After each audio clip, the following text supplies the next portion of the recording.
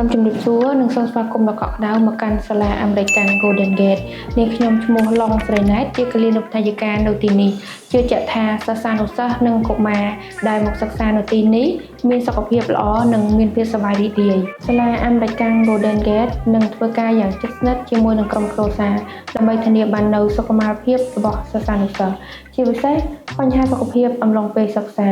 យើងនៅទីនេះដើម្បីមើលថែទាំកូនៗរបស់លោកអ្នកគ្រប់ជំហានសុខភាពនិងសុវត្ថិភាពចំពោះសិស្សានុសិស្សគឺជាកាតព្វកិច្ចរបស់ពួកយើងក្នុងសាលារៀននឹងផ្ដល់នូវបរិស្ថានស្អាតការថែទាំល្អសម្រាប់សិស្សានុសិស្សដែលមកសិក្សានៅទីនេះសុខភាពល្អផ្ដើមចេញពីការទម្លាប់ល្អនៃការញ៉ាំអាហារដែលមានជីវជាតិពួកយើងនឹងបង្រៀនសិស្សានុសិស្សអំពីការញ៉ាំអាហារដែលមានជីវជាតិល្អនិងញ៉ាំទឹកឲ្យបានច្រើនសម្រាប់សកម្មភាពប្រចាំថ្ងៃនៅទីនេះមានជាបន្ទប់កលានុបដ្ឋាយិកាសម្រាប់មើលថែទាំនិងសង្គ្រោះបឋមអំឡុងពេលសិស្សានុសិស្សសិក្សាមានបញ្ហាសុខភាពពួកយើងនឹងពិនិត្យសុខភាពប្រចាំថ្ងៃការអប់រំអនាម័យនិងទម្លាប់លាងដៃថ្នាក់រៀនមានផាសុខភាពជាចុងក្រោយសូមអរគុណដល់ការជឿជាក់លើសាលាអាមេរិក Golden Gate